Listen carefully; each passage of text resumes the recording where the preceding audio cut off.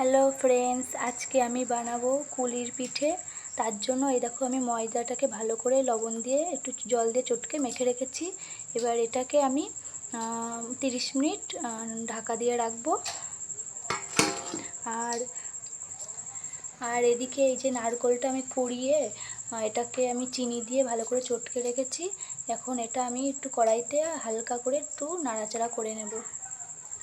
এখন কড়াই গরম হয়ে গেলে এটাতে আমি নারকেল কোড়াটা দিয়ে দেব। নারকেল কোড়াটা দিয়ে এই জন্য একটু ভালো করে নাড়াচাড়া করে নেব। এটা কিছুক্ষণ ওই 15 মিনিট নয়, 5-10 মিনিট একটু এরকমভাবে নাড়াচাড়া করে নিতে হবে। এবার আমি এদিকে ঢাকনাটা তুলে দেব। দেখো আটাটা কত সফট হয়েছে। আটা নয়, ময়দা, আমি ময়দা দিয়ে করছি। এটা কিছুটা আটা এতে মিশিয়ে নিয়েছি।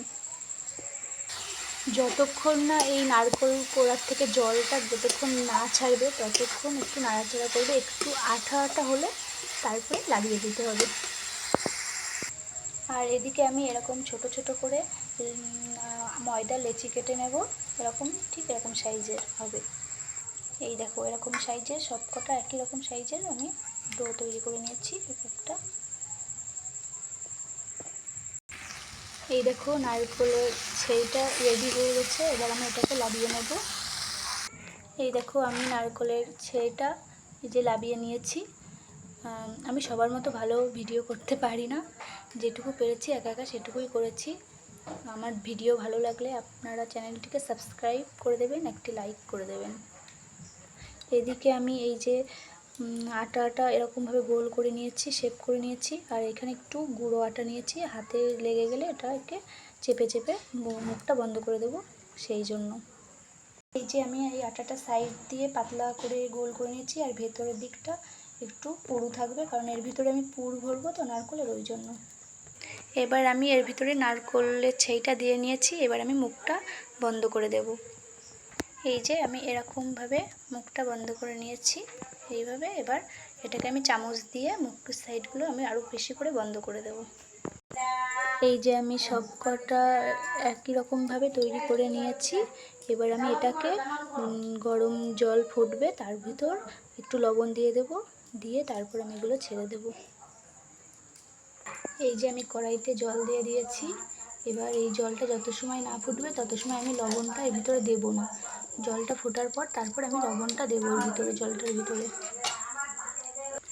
এই যে জলটা ফুটছে, এতে আমি 1 চামচ লবণ দিয়ে দেব, দিয়ে জলটাকে একটু নাড়িয়ে নেব।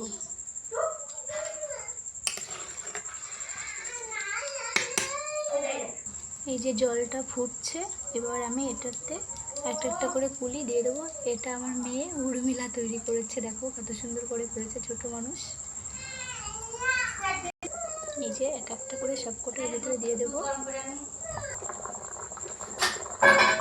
10 থেকে 15 মিনিট এটা ভালো করে সিদ্ধ করে নেবে। আর জল যত সময় গরম না হবে, যত সময় না ফুটবে তার আগে কাঁচা কুলিগুলো যেন জলের ভিতরে আপনারা দেবেন না, তাহলে কিন্তু কড়াইতে লেগে যাবে আর ভালো হবে না। এই যে সিদ্ধ হয়ে গেছে, এবার আমি এটাকে লাবিয়ে নেব। এই ঝাঁঝরি হাতাটার সাহায্যে আস্তে আস্তে জল ঝরিয়ে নেব।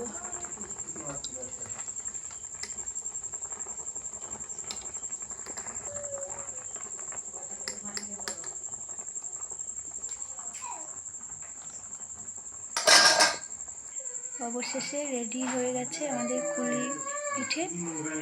এবার সবাইকে সার্ভ করব। Bye, tata. আজকের মতো আমার রান্নার চ্যানেল এখানেই শেষ করলাম। ভিডিওটি ভালো লাগলে একটি লাইক কমেন্ট আবারও বলছি করে দেবে।